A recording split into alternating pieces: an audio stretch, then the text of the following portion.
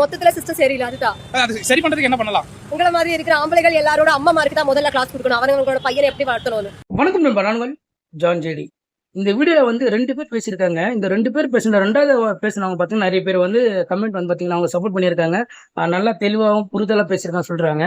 So அதை வந்து அடுத்ததை காட்டுறேன். ஸோ அதை பாருங்கள். அதுக்கு முன்னாடி பார்த்தீங்கன்னா ஃபஸ்ட்டாக பேசின இவங்க சொல்கிற வார்த்தை பார்த்தீங்கன்னா, அதாவது இப்போ நடக்கிற இந்த ரேப் சம்மந்தப்பட்ட விஷயங்கள், கொலை இந்த மாதிரி பண்ணுற இந்த ஆம்பளைங்களை பற்றி இதோடைய கருத்தை வந்து கேட்கும்போது இந்த ஃபஸ்ட்டாக பேசின இவங்க வந்து என்ன சொல்கிறாங்க பார்த்தீங்கன்னா, அதாவது உங்களை மாதிரி ஆம்பளைங்களை வளர்க்குற பெற்றவங்களுக்கு தான் வந்து ஃபஸ்ட்டு கிளாஸ் எடுக்கணும். ஸோ அவங்களுக்கு பார்த்தீங்கன்னா ஃபஸ்ட்டு 6 மணிக்கு மேலே வந்து ஒரு ஆம்பளை பையனை வெளியே அனுப்பக்கூடாது.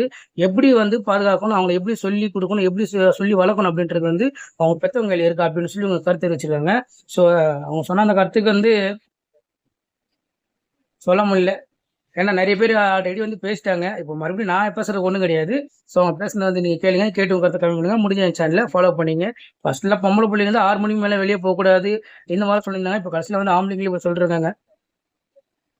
யாரு பண்ற தப்புக்கு யார் மேலடா குத்தம் சொல்றீங்க? பையனுங்களை 6 மணிக்கு அப்புறம் வீட்டுல இருந்து வெளியே விடக்கூடாது.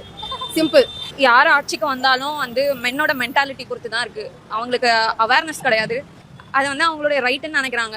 விமனை வந்து டிஸ்டர்ப் பண்றதெல்லாம். அதனால யார் ஆட்சிக்கு வந்தாலும் அவங்களோட மனநிலையில எந்த மாற்றமும் இல்லாத வரைக்கும் கிரைம்ஸ் நடந்துட்டே தான் இருக்கும். அதே மாதிரி இதுக்கு ஒழுங்கான தண்டனையும் எதுவும் இல்லை.